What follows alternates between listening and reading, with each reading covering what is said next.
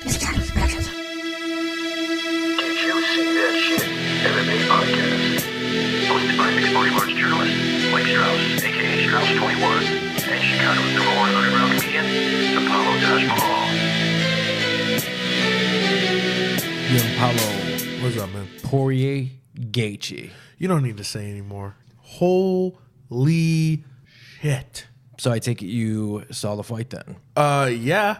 And I was on my tip of my seat the entire time. You were on the tip of your seat. Listen, there's a lot of words that could describe how I felt during that fight. Several. 1, excited. 2, a little scared. And 3, holy shit. That is a feeling, by the way. What, holy shit? Holy shit is a feeling because that's the only way you feel after a Justin Gaethje fight. Yeah, supposedly, in his words, he only has 5 more fights. It looks like he only has 5 more fights left in him because I'm genuinely scared for him. Ray Longo brought up a point. I don't know what show he was on. I was just listening to him. Great guy. Love the guy. He is on the road to CTEville, man. He's taking a lot of damage. But aren't they all? They are all, but he's taking a lot of damage, more than most, and it's honestly kind of scary to watch, but I can't look away. Like he's got me. Like he's a top level fighter who is putting on fights like it's back in the good old days of Pride. This is true, and I'm not going to sit here and be the guy to argue that his style doesn't mean of course he takes a ton of punishment. I will say this though. Obviously, getting punched in the head isn't very advantageous for not getting CTE. I understand that. Gaethje's a smart guy. He gets that too. But I think a lot of it is genetics. So, for all we know, Gaethje may never develop serious signs of CTE. But a guy like Poirier, who does take a fair amount of punishment as well, not as much as Gaethje maybe his genetics allow him to be more vulnerable. I'm just saying. We don't know. Yeah. I don't wish that on anybody. It's just, who No. knows? I'm very susceptible to concussions. I've had quite a few. I've shown tiny signs of CTE. I thought you were going to say you show tiny signs of your penis. And I was like, well, that's just the way it is. No. It's tiny. I do well for myself, two-handed.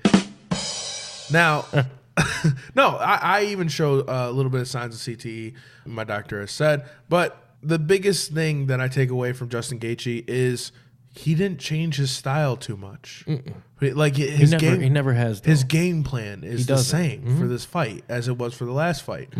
And we also happened in the last fight. But it's fair to say that he's 18-2, and his fighting style has been like that from day one. He's not going to change. So for people that want him to change, listen, he's not going to. Oh, he said it. He's here for one reason only. That's the way he fights, man. To fight. I mean, we spoke with one of his teammates who just fought Michael Chandler, Brandon Gertz. We just spoke with him again. The interview will be on this episode. This is the way the guy is, man. This is the way Gaethje is. He trains like that. That's no act. That's the real dude. He's just a load of crazy. He's a G. All those dudes are Gs. Oh my Gaethje, God, yeah. Gertz, all those motherfuckers. Listen, if you're a fighter and you train in Colorado and your last name starts with a G, you're a fucking gangster. You're just immediately a savage. It's just what it is. We're gonna have this giant plot out chart of all the G people from Colorado. They could just end at Gaethje and Gertz. God, seriously, that could be it. They're just murderers, man. So let's quickly run down the UFC FOX 29 main card, man. Poirier, Gaethje, we talked about it. This was a really tough fight going in. My heart wanted me to go with Gaethje, but my brain's like, no, Poirier. And my brain prevailed. It's one of those I don't really feel good about, but boy, you're right. It was fun to watch, right? It's always exciting when either one of these guys fight. What's your big takeaway, though? How good is Poirier? That's how good can he be, or how good is he now? How good is he now, and how good can he be? Because quickly he improves to 23-5. Wow, and he's had some tough losses in his career. Super. We were talking before we started the episode, man. I feel his career has kind of looked a lot like Michael Bisping's, where he's been at the top of the heap, but he just keeps taking that devastating loss. But unlike Michael Bisping, I think he has reinvented himself into one of the top fighters in the lightweight division. I think he still takes too many risks, and that's how he got caught against Eddie Alvarez, but he was winning that fight. And how he put together a really good game plan against Justin Gaethje. I think he has a serious chance to be a champ. I remember watching Dustin Poirier in the documentary Fightville. It was fucking awesome. It was about like Louisiana fighters coming up, and it was very entertaining. And Dustin Poirier already had a little bit of a following at that point. You know, I feel like I've been watching this guy grow up. He's only 29 years old. You spoke to it a little bit, man. He's gotten to the big fight before, but never could quite round the corner. Yeah, you know, never take that step for whatever the reason was. You know, the Chan Sung Jung fight, the Michael Johnson fight, the Conor McGregor fight. It feels like he has now. This is 2 main events in a row now. Pettis and now Gaethje that he's won. He's on a 3-fight winning streak, and all of a sudden, you got to ask yourself, when it comes to Khabib defending that title, obviously choice A is McGregor. But we don't know what's going on with that. So I ask you, what's choice B? Could it be Poirier? I think there's 2 choices. And both guys I would like to see fight before this, Eddie Alvarez, Dustin Poirier. Okay. I think you want to see them fight each other. Actually, I don't. Luke Thomas was talking about before we started. Huge shout out to him. He's super awesome. But he was even saying, we just need to... Do you need a ladder to climb off his dick? Yes, okay. I do. No, but... I'm just kidding. Luke Thomas is amazing. He is. Salute to him. Let me borrow the ladder. But for real, if Conor McGregor's not coming to the table, they just need to defend the title over and over and over again. Mm-hmm. Create more interest. I think throw either Dustin Poirier or Eddie Alvarez at him. Tony Ferguson's not going to be back for some time. And if Conor McGregor's not coming back, then you know what? Let's start getting some fights. So who should Khabib get? That's what I'm asking you. I think both. But who first? Eddie Alvarez, because he's held the title before. Okay. Eddie Alvarez, because he's held the title. And he'll be probably ready sooner. And then if you're Gaethje, where do you go from here? Where do you book him? Gaethje, I think he needs a win. And he is a guy that you want to keep in the main event. And you can't do that if he's on a 3-fight losing streak. I would throw him an up-and-comer. Somebody who can create interest, but you don't think is going to necessarily run through Justin Gaethje. Artem Lobov, if he's still on the roster. Ooh, that's perfect. Yeah, I like that. If he's still on the roster, it's a good style. But isn't Lobov a featherweight? Oh, they could make it work though. No. I thought he was a lightweight. I don't know. Lightweight, featherweight. What's the difference? Yeah, what's the difference? Honestly, I did thought he was a lightweight. So the ignorant me. We'll look that up. Okay, so moving along here on the UFC FOX 29 main card. It wasn't the original co-main event that they had planned, but it's the one we got. It was Cowboy Alex Oliveira against Carlos Condit. Matt Brown was supposed to be the one fighting Carlos Condit. Hopefully Matt Brown does get back quick and better than ever, and we'll have him on the show. This is one I kind of saw coming. Alex Oliveira is someone who is just fucking dangerous. And yes. He didn't have much time to get ready for this, but no. He is an animal. He's a maniac. The standing guillotine that he caught Condit in was executed perfectly. The way that Oliveira is able to use his body to create technique is really impressive. He's very well rounded, and I thought Condit looked better than he did in the Magny fight. However, at this point, you know, I'm not going to tell a man to hang him up because it's not my business. I just don't want to see him get beat up anymore. If he's competitive, then then awesome. But as a fan, as someone who respects Carlos Condit, I don't want to see him get beat up.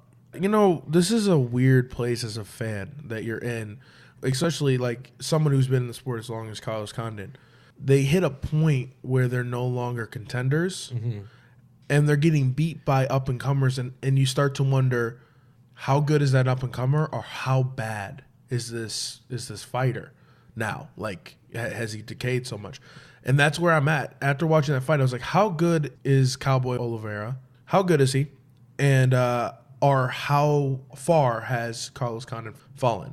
It's sad, man. Carlos Condit was probably one of the best fighters in the welterweight division for years. I think the most impressive thing about Cowboy Oliveira is that he finally got his weight under control, and now we're really seeing what he can do. You know, when he's healthy, when he has, I don't even want to say a full camp, but just when he's really healthy and tuned in, he's a dangerous, dangerous dude at 170. So how about Israel Adesanya against Marvin Vettori? I have to be honest, I did not see this fight. Okay, now this is one that I picked Israel Adesanya to win this fight. I did say it was going to be closer than a lot of people think. It was just that. It was a split decision win for Adesanya. Now, that being said, I don't think it should have been that close because I think Adesanya won convincingly. I think he easily took all 3 rounds. Vettori had moments, but people are saying that Adesanya isn't ready for this. Listen, Vettori is a very, very tough guy. Extremely high-level grappling. I thought Adesanya did good. I thought Vettori presented unique challenges for him, and I thought he handled it very well. I want to see the UFC continue to bring him up in this manner, you know. Yeah, I like the He's matchups. 13-0 now. Yeah, he's 13-0. I did not see this fight. I honestly thought he was going to walk through him. I didn't know much about. He's a stud. Yeah, and he's Italian. And you kept telling me that, and I was just like, no, I think just Adesanya is just a beast. He's going to walk through him. He didn't apparently do that, so that's why I didn't watch it. I wish I did. I really want to see who the UFC matches him up with next, and if are they going to just start shooting him up the ladder, or are they going to keep doing the slow motion that they're doing? And then the first fight on the Fox main card was Michelle Waterson versus Courtney Casey. This was another one that was interesting because I had picked Michelle Waterson to win the fight because in my mind, I thought it would go the distance. And Courtney Casey, for whatever reason, does not historically get the judges nod in decisions. However, I think she should. I think she has gotten the shaft in fights before, and that trend continued last weekend because I believe she won the fight. However, I'm not a judge, and the judges didn't see it that way. The judges gave a split decision nod to the karate hottie Michelle Waterson. Now, basically, the story of this fight was on the feet, Waterson was doing pretty good. Casey managed to catch her with some shots. The fight goes to the ground. Yeah, okay. Michelle Waterson has top control. However, nearly the entire time of her top control, minus maybe 3 or 4 strikes, was spent defending off chain submission after chain submission attempt. A few of them very, very close and very deep. So how you score some of those rounds for Waterson is beyond me. However, hey, I don't have any horses in that race. I'm just stating my opinion. I spoke with Casey via text, and we're going to have her on the show within the next week or two. I definitely want to talk to her. For sure. It's going to be interesting to see. But what did you think about this? You know what, man? Nick Diaz has been saying this for years. He's been talking about how they don't score fights properly. He likes more of pride rules where they actually consider what's happening on off your back.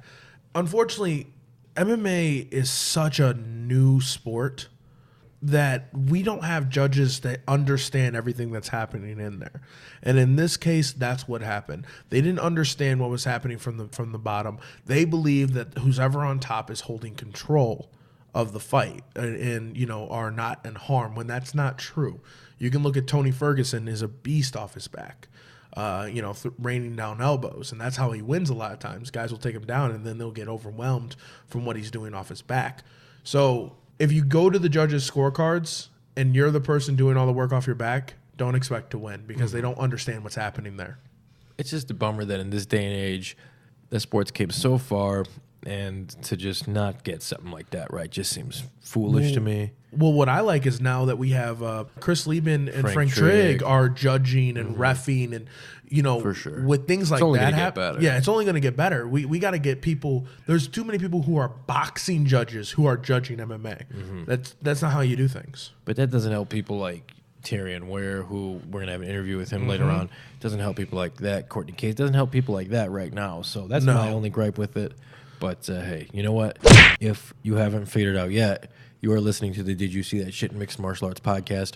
I am Mike Strauss, a.k.a. Strauss21. I am alongside Chicago's #1 underground comedian, the one and only, the 9th wonder in the world, Mr. Apollo Taj Mahal. What's up, guys? And guess what? We are the fastest growing podcast out there. And if you haven't heard us, you better get on the hype train.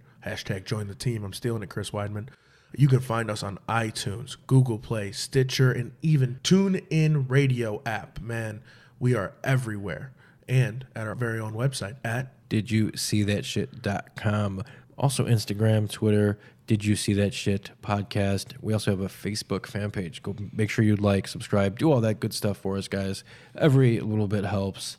If you want to get more intimate, that's all good. Give us a call, 708-669-4777. Or give us an email, Mike at DidYouSeeThatShit.com. Also, if you're asking me out on a date, I like nice places and roses. Okay. Also, you know who I really like who's taking care of us? Our friends, Leaks Pro. The one and only LeaksPro.com. That's LYXPRO.com. LeaksPro.com. They have pretty much everything that you need, whether you're a do-it-yourself or audio engineer, whether you're a credentialed audio engineer, whether you're just an audiophile, or whether you're just an everyday dude that just wants a really awesome pair of headphones for a really super dope price.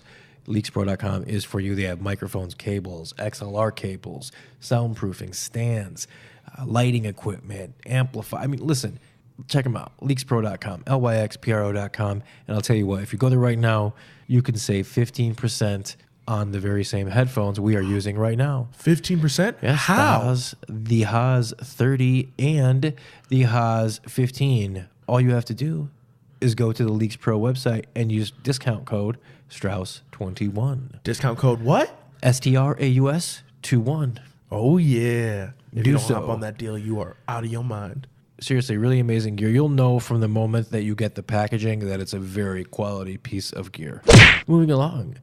Bellator 197 happened last weekend. Kind of got buried in all the news of the UFC, but Gertz versus Chandler did happen. And, well, besides that fight, it was a decent little main card. I was in attendance at the Family Arena in St. Charles, Missouri on Friday night. Well, let's talk a little bit about Gertz and Chandler. Chandler proving that he's probably one of the best wrestlers in the lightweight division with that nice takedown. Not just wrestlers. I wrote a piece on combatpress.com. You could find it. Just, ask him a question. How good is Michael Chandler? I think he's probably a top 3. Yeah, I would say that's safe. There's very few people who can actually beat him, and there's a special style that can beat him. You either have to be a way above average striker or a good wrestler, really, to beat him. Gertz, I've seen him fight a couple times, but his style, his stance especially, is so different that you can see it caused a lot of issues for Chandler during the fight. And I think if Gertz had a full training camp, that would have been a lot better of a fight. It was already a pretty exciting fight for me because you saw Gertz do these blitz-ins, and he was like able to keep, Chandler on the outside, and he'd blitz in when he needed to, and he caught him. He actually gave him a little, a nice little hit. I would love to see this fight again, actually. And I'm excited for what Brandon Gertz is going to be doing in his future because, he got taken down, and we have an interview of him talking about it, but he dislocated his shoulder. Yeah, I agree with you completely, man. The part that is a bummer is I really think Gertz looked good early on. I think, and you say early on he looked good. It was just a few minutes, yes, but he did look good just all the way through the open workout. The shot that he had landed on Chandler early in the fight, I don't know, call me silly, but I do think that, I'm not here to say that Gertz was going to win the fight, but I am going to say he was going to give him a goddamn fight. He was going to be in there every punch, every step of the way. And I just think it's unfortunate that it ended the way it did with a separated shoulder. As you mentioned, we're going to have a little conversation with him in just a few seconds here. But let's quickly here run down the rest of the fights in the main card. A.J. McKee Jr. against Justin Lawrence, a gentleman we had a chance to speak with. A.J. McKee Sr.'s father. He was very cool enough to put on another gentleman that fought on this card. Baby Slice, Aaron Pico, he was the gentleman that put all those people on. This was his son finally getting a chance to meet them in person for the first time. This dude's a savage, taking on a kid, Justin Lawrence, who at one point was considered to be the future of the UFC, or maybe not of the UFC, but at least in a division. No, he was definitely the future at one point. Like I was on that hype train for a while. And Dana White even said like this kid, like he had one of the spinning wheel kick knockouts in the tough. But how good is AJ McKee Jr., man? Kid's talented. That kid has a future. He has a now. He is the now. He is the now, man. And having his dad as his coach gives him a huge advantage because his dad was a pioneer. His dad, His dad still trains with them. I know. And if his dad truly wants to fight again, I think he could. Well, they're going to. Really? The next thing they want to do is AJ McKee Jr. was saying in the post-fight interview that you could check on the Missing Time Productions channel.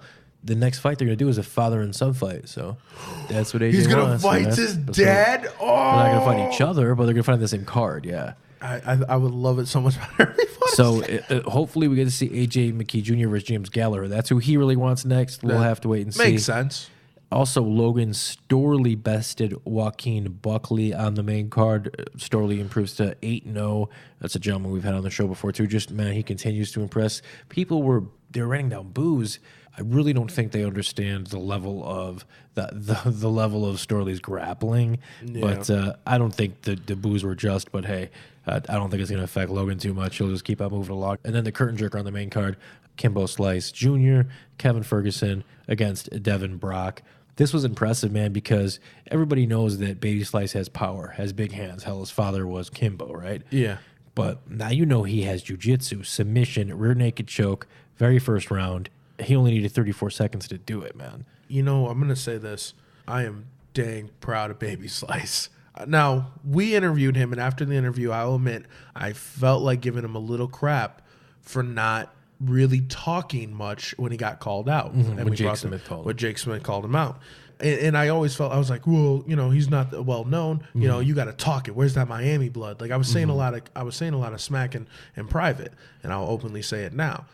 But man, he doesn't need to talk. If he can keep doing things like this and improving and getting better, and AJ McKee's going to get him there, man, this kid can seriously make some noise. Mm-hmm. And all of a sudden, man, Team Body Shop, you got AJ McKee, you got Aaron Pico, you got Kimbo Slice Jr., and of course, you got the mastermind behind it all, AJ McKee Sr. I mean, this is a dangerous, dangerous team. And there's a bunch of dudes that we don't even know about. You know what this makes me feel like? Alpha male back in the, a couple years back. When they were coming up. When they were coming up, and you're like, oh my God, every one of these guys could be a champ. Mm-hmm. That's how this feels. Like every one of them can be a champ. It's going to be fun to see how it plays out, man. Bellator really has something special here with the Body Shop. So we promised it. Here is our conversation with maybe the toughest man around, Brandon Gertz. I want to introduce Brandon Gertz back to the show. So you're on your way right now to the doctor about your shoulder. You got your shoulder separated in the Chandler fight, right?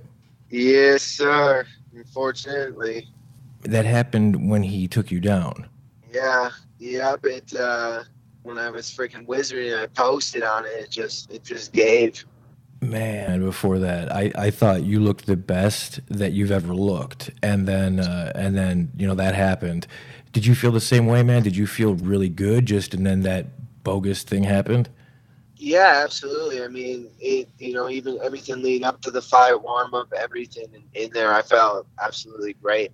I was like, this is my fight, and when that happened, it just it blew my mind, honestly. When I went down and I felt it, I was like, dude, my shoulder just gave, It was, it was sucked. You still tried to fight through it, man. It's just a testament to how tough you really are. I mean, Michael Chandler even said that post-fight, just how tough of a guy you were. I mean, besides the fact you took it on 3 weeks' notice, that's just crazy. But what is the first analysis of your shoulder? Obviously, it's separated, but is that just really all you know at this point? Yeah, pretty much. Just because at the ER they could only do an X-ray, so definitely dislocated it. Now I got to see if there's any little further damage. I just said a little bit earlier, you took the fight on 3 weeks' notice. Looking back, you wouldn't change anything, right? You don't regret taking the fight, right? No, absolutely not. I was in there, like you said, you watched the fight. I felt great. I thought this was my time. And like you said, you put me in there with anybody striking, I feel right now it's my game. Did you know that you caught him pretty good in that fight? At least one really good shot, because there's a picture of it. I could send it to you where you can see you had just connected, and Chandler even said that, he tasted your power, and it was definitely there. Did you feel you were able to get your shots off on him? Oh, yeah, absolutely. I mean, there was one for sure that I saw, and that's, after I went at him a little bit there, and I saw in his eyes, I was seeing it. And like I said, it was only going to be a matter of time.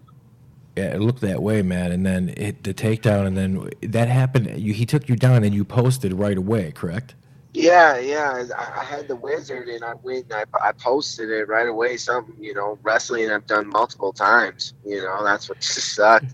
Routine, move I do off a body lock. But Yeah, it's right when I posted, I felt it, and then I went to push off of it again, and I was like, yep, that arm's gone. Man, hopefully it's not something that is going to keep you out too long, man. I mean, I think you're one of the better guys, obviously, in Bellator. I think you're one of the better guys in the world.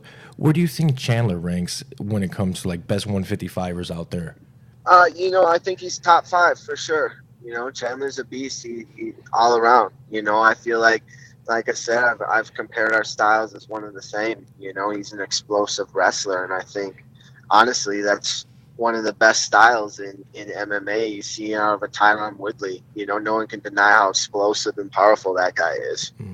Yeah, definitely. I mean, you guys have tremendous power, and you do have a very similar style to Michael Chandler and a Tyron Woodley. One of your teammates, Justin Gaethje, just had another amazing fight, as always, too. How are his spirits?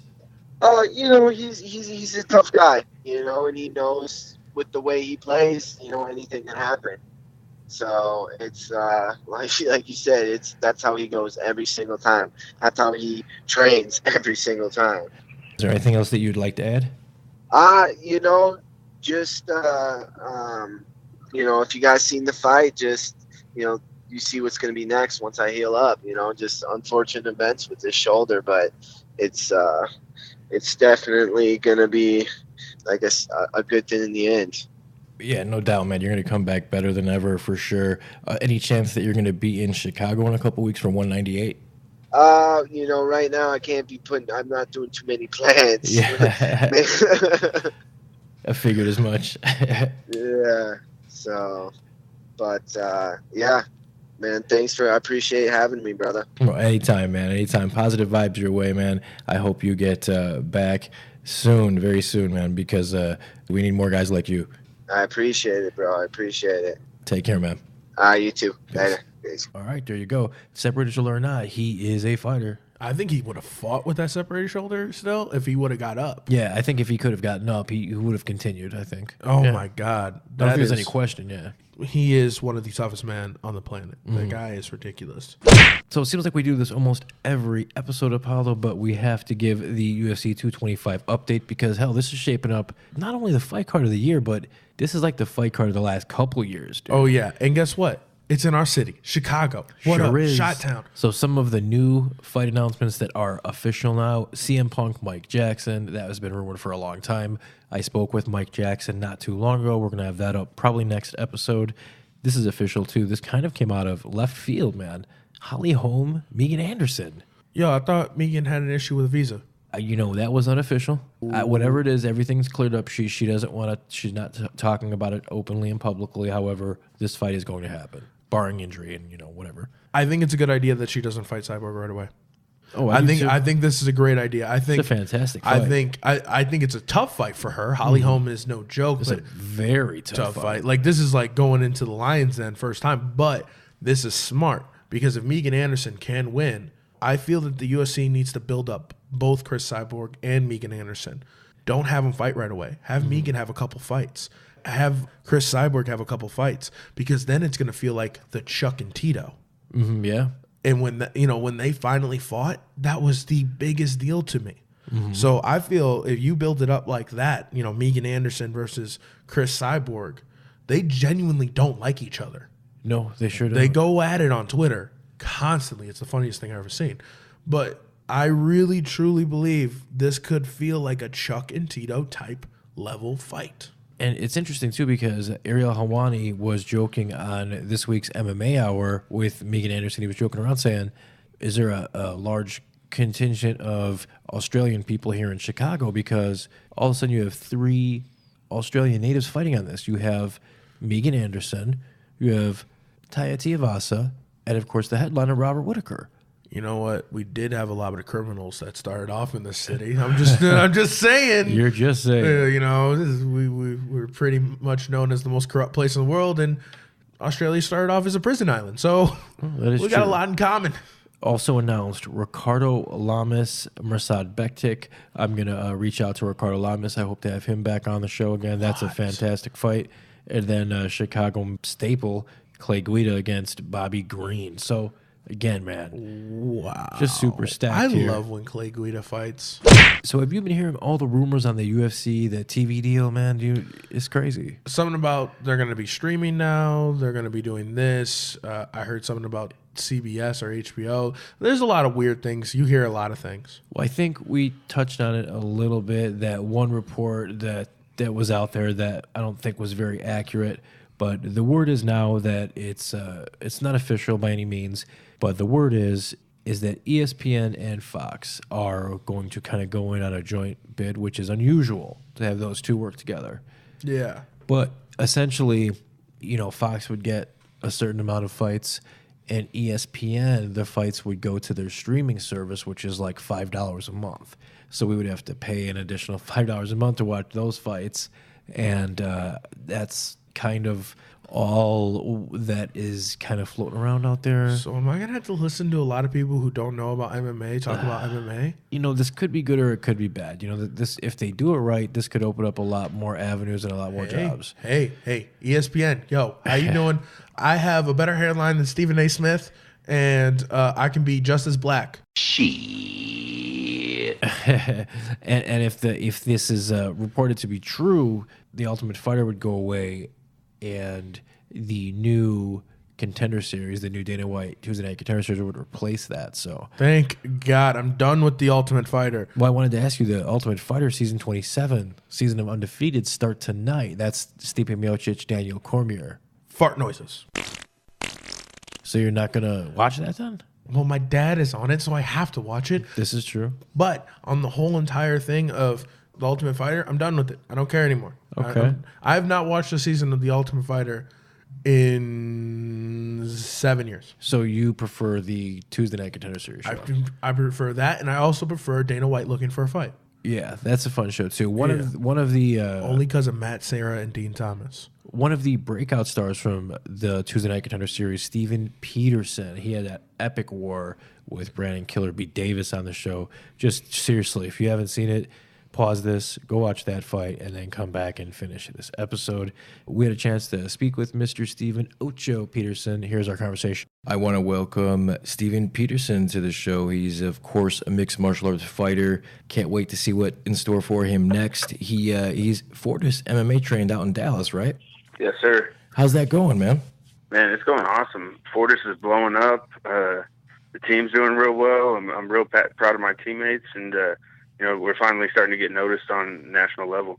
Yeah, you mentioned you guys are starting to get noticed. A lot of guys from Fortis are really – what is it, in the water down there or what? You guys are – it's just your time, huh? Yeah, I mean, we all have the winner mentality, and we breed that type of environment and training. Winners hang out with winners, and we're just iron sharpens iron. We're just growing and getting better. That's for sure, man. Has the UFC, have they offered you anything? No. Sean Shelby said, a little bit after my fight, said they're looking forward to seeing more of me. And I'm kind of just getting better. I had a tough fight last fight, and, I'm on medical suspension still. So I'm taking my time, just working on being a better athlete overall. Still healing some scar tissue from that fight. I want to make sure I'm 100% when I get back in there, so I don't have any issues with cuts and whatnot.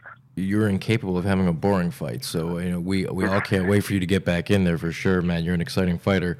Maybe something that you can do in the meantime. It looks like you're a movie star now. Of course, I'm just kidding. You had that little Fight Fit lifestyle photo and video shoot. Did you enjoy that? Oh yeah, that was awesome. Fight Fit Lifestyle's my brand. I've been working on it for the past year and a half or so, and we're just continuing to grow that, and that's where I'm putting a lot of my focus into, as well as just being a martial artist. But I got to have something to make money outside of fighting. For sure, man. I hear you. Was that the lifestyle brand? Was that something that you always wanted to get into? Way back in the day, I started my own brand called Just Break It. It's kind of in your face brand, and it didn't really make any money, but I would always make myself walkout shirts when I would fight, and that basically funded my my training and gas to get to the gym. So I've always been kind of an entrepreneur, and then Fight Fit lifestyle came around, I was just talking with my girlfriend about being fight fit and what it means, and how a lot of athletes train from fight to fight, but they don't live the lifestyle. And that's the next level is being a full-time fighter rather than just going from camp to camp, and that's what the Fight Fit lifestyle is about. It's very cool. I think it's a very clever name, man. I'm looking forward to see what you do with that brand. What did you think of the UFC 223? That whole melee, man. That whole craziness. Man, that was insane. I'm sure everybody was shocked, but I knew McGregor was going to do something, but I didn't think he would go berserk like that. And now he's going to get sued, and he got himself into some trouble. But he managed to steal the headline on a card that he wasn't even fighting on. Yeah, I mean, that 223 is one of the most highly anticipated cards. It was just stacked, and then, for it to lose 4 fights like that, I mean, it was still a decent card, but man, he like you said, he found a way to steal the headlines. So let me ask you, Ocho, how did your nickname come about? So I moved from Los Angeles to Texas when I was a sophomore in high school, joined the football team, and I wore the number 8. Some kids were picking on me because I wasn't from around here, and they were all clicked up, and they were calling me Ocho because that was the number on my jersey, and I got in a fight with him. And since then, nobody in the school knew my name, so they all knew me as Ocho after that, and then I became pretty much infamous for fighting. I love it, and they didn't mess with you no more then. No, not anymore. By the end of high school, I was infamous for fighting, and I bet you if they had that question, what I would do for a career in the yearbook, everybody would have said fighting. And here you are. Yeah. You said a little bit earlier that you're still in medical suspension. How long, or when does that? I should say, when does that expire? They gave me 6 months. There's, I can jump through some hoops and get, cleared if I go get CT scanned and do whatever the commission wants me to do. But I think I'm going to just take my time with it, and, let my scars heal, let my body heal so I'm 100% healthy and ready to make a run when I get back in there. For sure. Well, I appreciate your time, man. The floor is yours if you'd like to shout out your sponsors and anything you'd like. Yeah, check me out on Instagram at 8ocho08, on Twitter as well. And then check out my brand, Fight Fit Lifestyle. You can go to our website, fightfitlifestyle.com. Check us out on Instagram at Fight Fit Lifestyle. I appreciate you having me on, Mike. Of course, anytime. If you could, man, a little tradition we have. Could you just say this is Steven Peterson, and you're listening to the Did You See That Shit podcast? This is Steven Peterson, and you're listening to the Did You See That Shit podcast. I appreciate it so much. Yeah, no sweat, brother. Hey, man, please make big boy sizes in Fight your Fit clothes. Lifestyle. Yeah. Seriously, guys, check it out, man. Awesome gear. I've checked it out on my own time. I really like this. I really like that's the why gear. I think he needs big boy sizes. Listen, if you can get a 4XL, I'll love you forever because I will wear that everywhere. A couple other things to touch base on real quick here. Yancy Medeiros, Mike Perry is official for UFC 226. What is the first thought comes to your mind? I'm in. All right, guys. So here's what we're going to do. We're going to sit down. We're going to seatbelt in because this is going to be a crazy one. I'm not going to make a pick now, but it's along the lines of I don't know how Mike Perry is anymore, but I'm excited. Can it be on 225? I think we can fit him in. Yeah, right. No, I don't think we can. We have so many fights. We in can that do card. it, Dana. This is a good fight for Mike Perry. He needed a guy that is going to be willing to stand and bang with him, and I think Yancy Medeiros is that perfect guy to do it. Fight of the year candidate right there. This could be an exciting fight. This could definitely be an exciting fight. You know what's a bummer? It's a bummer that Mike Perry is a welterweight, because if he could get down to 155, wouldn't that be fun to have him and Gaethje go at it? Can we do it? Yo, no. Just do a catchweight. Just do a catchweight, please. 160? Yeah. You know what? I'm already 165, the division they're talking about. That's it. Justin Gaethje is a big 155er. Not really, but okay. I'm going to make it up in my head to justify this fight, okay? He walks around it that way. He was talking about that, how he stays at that size. He's he's like the old Frankie Edgar, how he used to, Dude, if you went to 165 versus Mike Perry, that would just be a war. So we were talking a little bit earlier about how Courtney Casey kind of got robbed by the judges. Remember not too long ago when Tyrion Flash Ware got robbed? He was over. It was in Europe. Yeah. He got the shaft. Yeah. We had a chance to catch up with him. Super cool guy. Very, very intelligent. And I'm really impressed with just the way he's able to assess everything around him as he keeps moving through here. Just a real cool guy. Here's our conversation with Tyrion Ware. I want to introduce Tyrion Ware to the show. He is one of the very best in the world, man. He's had a rough go in the UFC. He should have won the last fight. I don't care what anybody says. It's straight up bullshit. I don't know what the deal was over there, but that fight happens in the States, and 100% of the time, Tyrion wins that fight. You know, I'm happy that he's going to have another opportunity in the UFC, and I'm happy that he's on the show. What's going on, brother? Nothing much, man. Just just resting up a little bit and taking care of some little bumps and bruises, and then ready to get back in the gym and start looking for my next fight. Very cool. Now, as I mentioned, that whole situation that happened with Tom Duquesnoy overseas, I know that it was quite upsetting. I know that you were very active in social media trying to get your point across. And what kind of feedback did you get on that? The feedback was great, man. The fans have been great, pretty much everyone came to the same conclusion that I did, that I won and that. It was a bad judging decision, but everyone's been really positive. Everyone's really been uplifting and supporting, and gotten a lot of love in the social media world. As I said, I totally think you won that fight too. You absolutely got robbed, and I know it's one thing to that makes you feel better at one point, but financially, I know that there's still a loss for you there. So I hope that the UFC takes care of you on that end. But did the UFC? Dana did say he was going to give you another fight, right? Yeah, 100%. My manager right after the decision happened, he ran right over to the matchmaker Sean Shelby, and Sean Shelby agreed, and I even got a chance to talk to Shelby after the fight as well too, and he thought I won the fight, and he was apologetic, and on behalf of the judging, the commission, or whatever the case may be, and and said, we love having you here, I don't see that as a loss, we'll bring you back, so don't worry about it.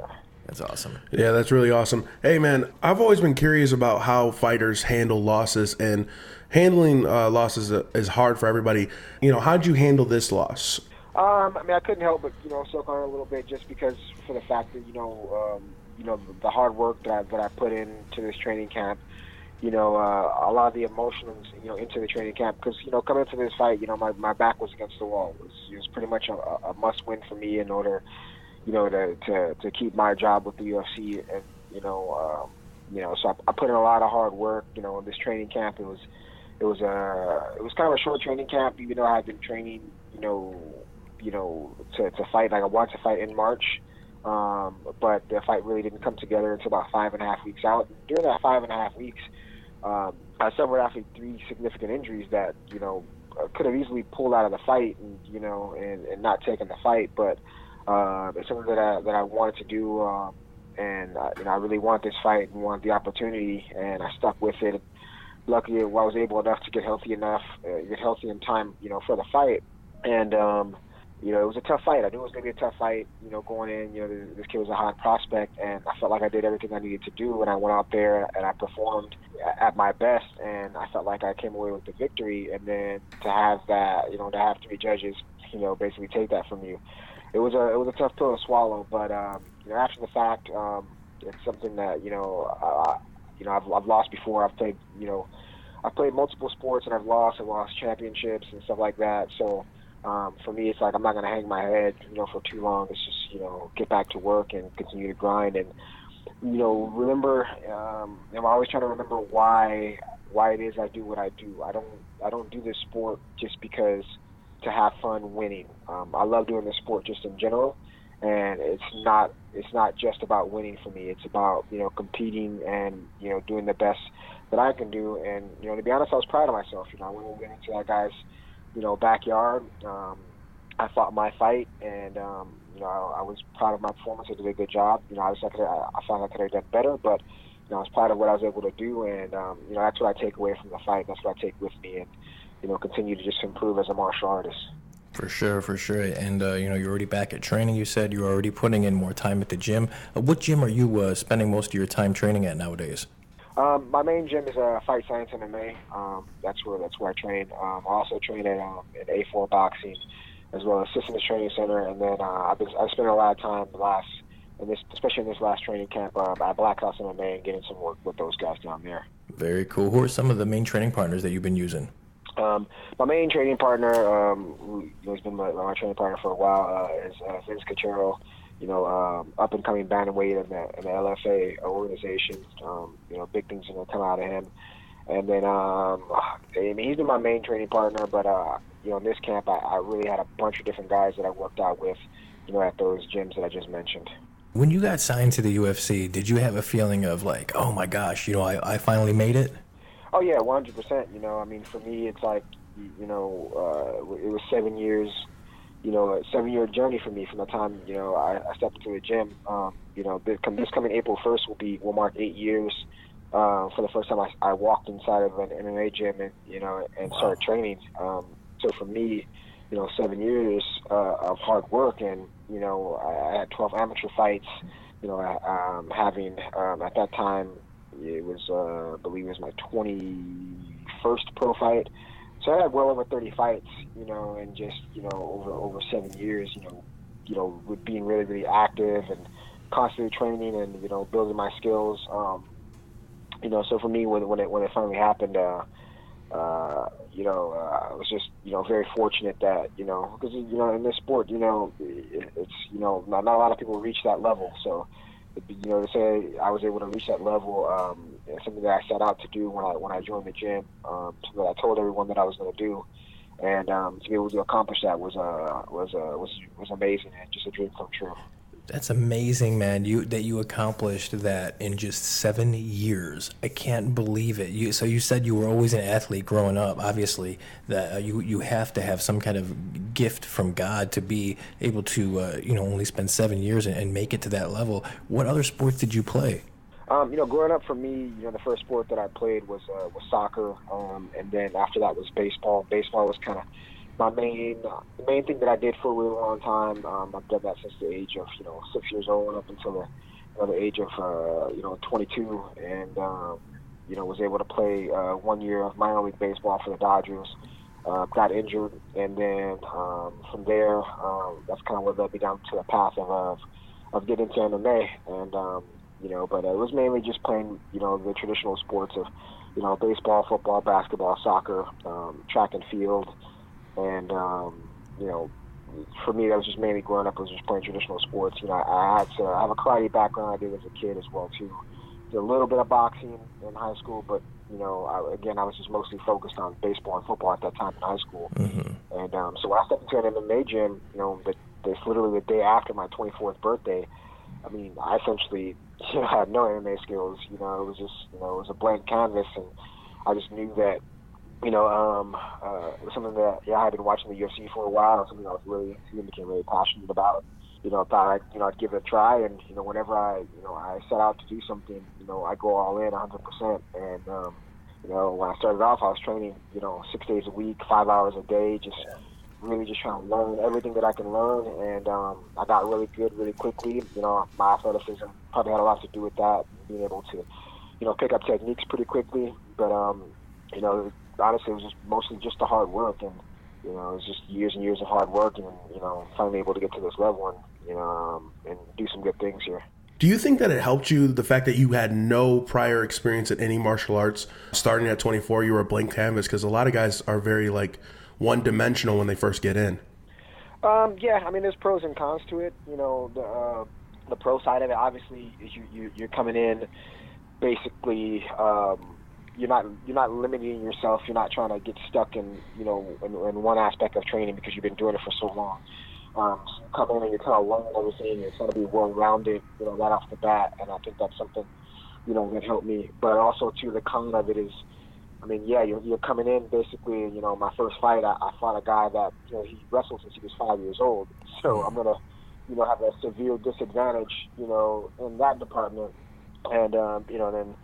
My next fight, you fight a guy who's been doing kickboxing for a really long time, and it's like, so you're facing a higher level at certain aspects of the game, where you're just kind of learning the basics of everything, and all of a sudden this guy pulls out a move that you haven't even begun to even learn yet. You'd be at disadvantage of that. But I think in the long run, it helped me build my overall skills and not kind of get stuck in in a certain style or genre of fighting. For sure. Well, Terry, I want to thank you for your time, man. I know you are a super busy individual between everything you have and your training. Could you do us a favor, man? We kind of have a tradition here. If you could you just say this is Terry on Ware, and you're listening to the Did You See That Shit podcast? Yeah, absolutely. This is Terry on Flash Ware, and you're listening to the Did You See That Shit Fight podcast. I appreciate it so much, Terry. Thank you, man. No problem. Thank you guys for having me. All right, there you go. Yeah, man. Again, thanks, Terry, for your time. Can't wait to see who the UFC pairs him up with next. It's going to be exciting, no doubt. So, Apollo, UFC Fight Night 128, Barbosa versus Lee, just around the corner, man. No rest for the wicked here. We're going to give our main card picks right now. So, without any further ado, let's get to it. It's pick time. Barbosa versus Lee. Oh my gosh. Lee. I think Lee has the wrestling advantage, and I just don't think Barbosa can handle guys who are going to wrestle him. I really don't. I really don't, man. I'm going with Lee on this one, and I might lose this. But Lee seems game. Okay, so you're going Lee. Yeah. Just because of the wrestling factors that. So I think he's capable enough on his feet to get in close. This is an intriguing fight. This is a 5-round main event fight, so take that for what it's worth. Kevin Lee 16-3, Barbosa is 19-5. I'm going to go Lee, and I was going back and forth, but with my official picks here for CagesidePress.com, I did go with Lee, and ultimately it was because of what you said, because of his wrestling, because I think his wrestling is good enough to really hold. I don't know if I want to say hold him down, but I think he can deliver enough ground and pound to really win the fight there. The next fight is a co-main event. Frank Yeager, Cub Swanson. This is a rematch from a couple years ago when Frank Yeager ran through Cub Swanson, but this is not the same Cub Swanson. No, sir. And I know he got caught by Brian Ortega, but Brian Ortega is a different animal as well. Both these guys did. Yeah. And Brian Ortega is just a different animal. This is Ortega's collateral damage. Yeah. Main event. Holy moly. Yeah, it truly is. I'm going to go Cub Swanson. I feel that Frankie Edgar, after getting knocked out, he's coming back too soon, in my opinion. I think he's just coming back too fast after getting knocked out for the first time. He's a warrior, obviously. He's a psychopath, obviously, because he's coming back right after getting knocked out against a killer. I just think Cub Swanson it has evolved so much, and Frankie Edgar hasn't evolved. I know this is hard to... Yeah, I don't like this. I'm sorry. Yeah, I'm going to go Frankie Edgar. I was going back and forth on this, and I really wanted to pull the trigger with Cub Swanson because I really like his new training camp. I really like the guys he's rolling with now. I like their little super camp, TJ Dillashaw, Juan Archuleta. I think that they're doing big things, but ultimately I don't think Frankie Edgar is quite done. I don't think he's on that downside of his career. Maybe I'm wrong. We'll see, but I'm going to go Edgar here. And then moving along to the big guys, Justin Willis, Chase Sherman. This is intriguing because they actually have Justin Willis as the betting favorite. He's the big boy that is at AKA. He's 6-1. Chase Sherman is 11-4.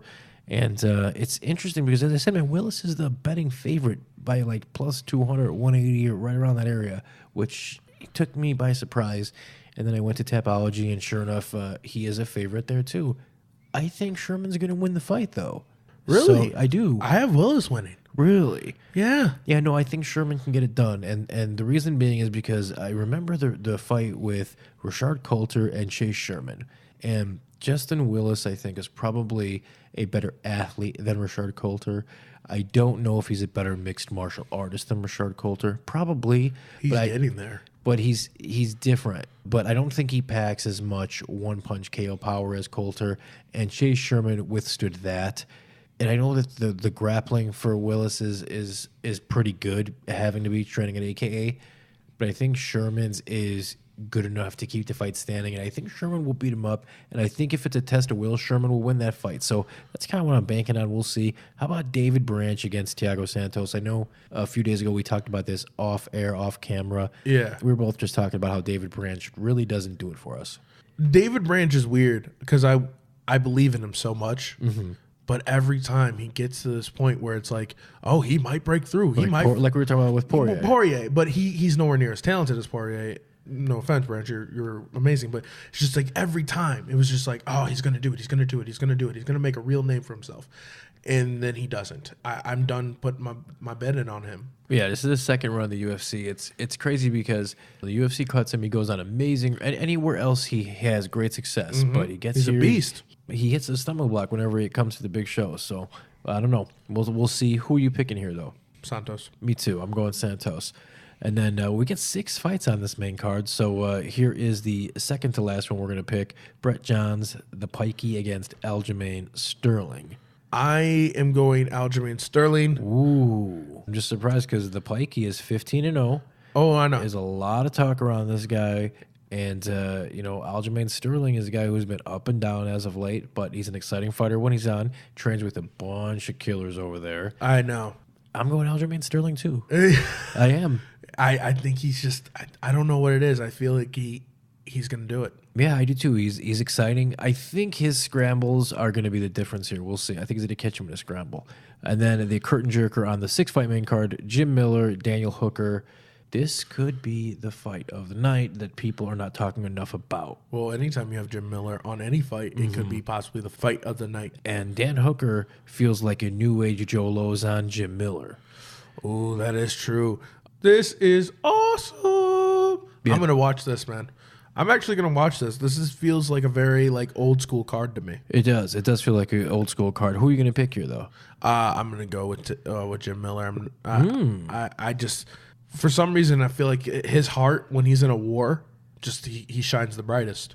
See, unfortunately, I have to go Hooker here. I think Miller is on the downside of his career here. Oh, he definitely is. That hurts me to say. It's just, I don't know. I believe in him. All right, Apollo, before we get going here, if anybody is still listening, let's let them in on what we're going to be doing starting this Friday, and it will be every Friday at noon o'clock Central Standard Time. Noon o'clock. It's going to be the Did You See That Shit Mixed Martial Arts Podcast live. We're going to do it every Friday at noon o'clock Central Standard Time here. Basically, it's going to be Apollo and myself. We're not going to have a set time limit on this. It's going to be anywhere from 45 minutes to 2 hours. Who knows? However long it goes. Just basically recapping. Yo, if we're doing 2 hours, can we get comfier chairs? Well, yeah, we'll cause money.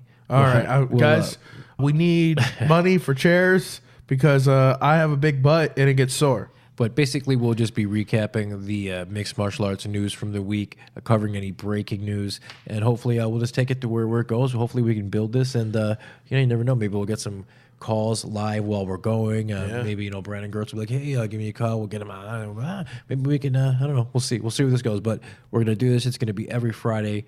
The Did You See That Shit Mixed Martial Arts live podcast / show.